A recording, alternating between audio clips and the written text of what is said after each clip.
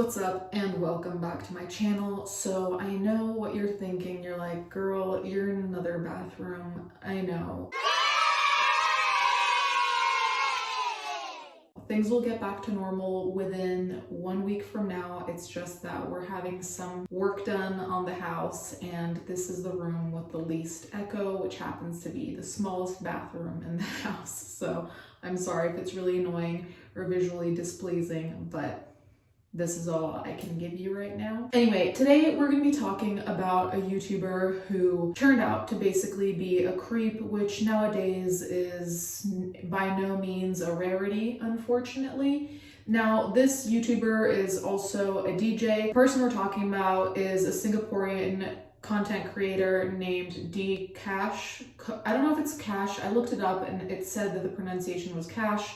I don't know if it's Kosh, so I'm just gonna call the person D just to avoid any butchering further. So this person created content that was trending type content. As you can see on screen, it was like showing what he has on his phone, watching cringy TikToks, kind of the things that are popular on YouTube. Aside from that, this content creator, I watched a couple of his videos. He has a very sassy personality online and is very sarcastic and came off as unafraid of having an unpopular opinion. This is just some background just to give you an idea of who the person we're talking about is. An article came out exposing this person for being inappropriate with minors. His full name is Daryl Ian Koshi, and he is 32 years old. Now, he was charged with offenses including 3 counts of offering cash to boys below 18 for sexual services. Several police reports have been filed against him following a series of sexual harassment allegations leveled against him over the weekend by alleged victims,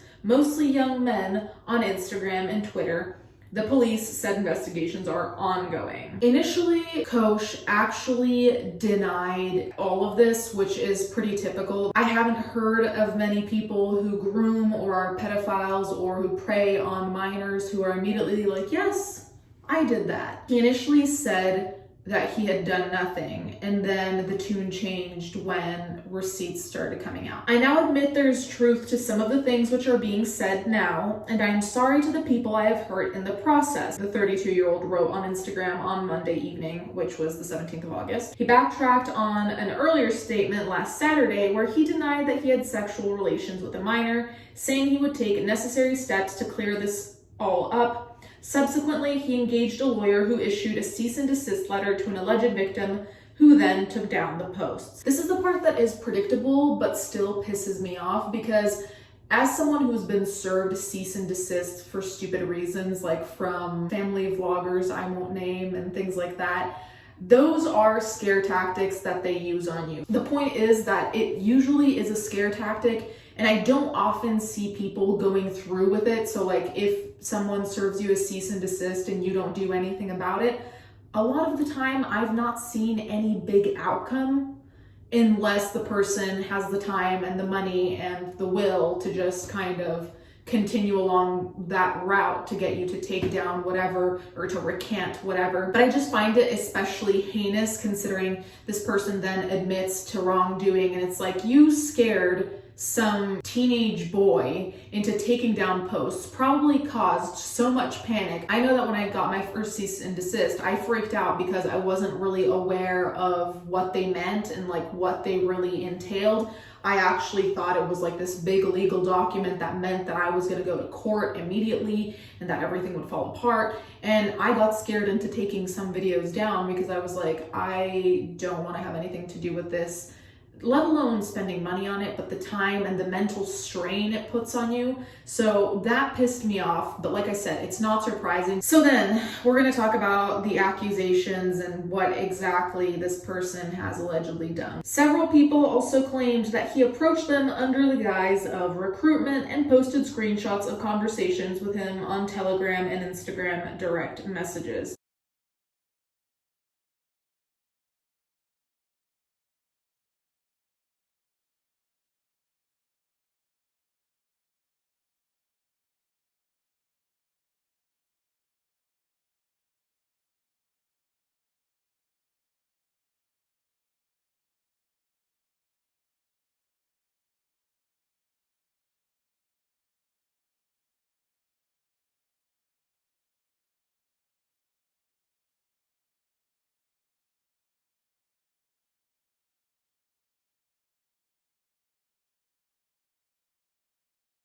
Oh, also, I forgot to say, the sole concept of him trying to allegedly pull in minors or pull in young people under the guise of recruitment is so disgusting to me, because there's so many young people out there that are trying to make it, whether it's as a content creator, as a musician, whatever the hell, they're trying to make it and they think that they're getting this big break, and then they find out it's just a shitty person that's trying to take advantage of them.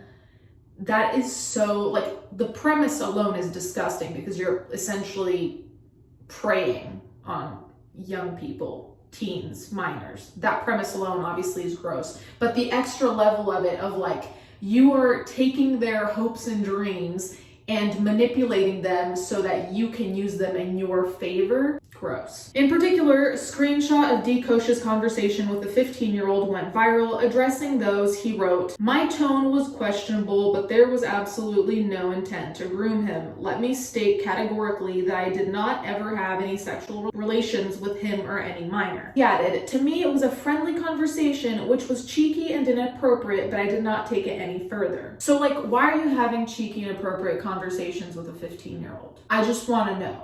Because, like, in my mind, first of all, if you are someone who has a massive following, talking to minors should be, they might say, "Hey, I'm a big fan." You can say, "Hey, thank you," or wish them happy birthday, or whatever the fuck it is, and leave it at that and leave. Having conversations that are cheeky, inappropriate, why?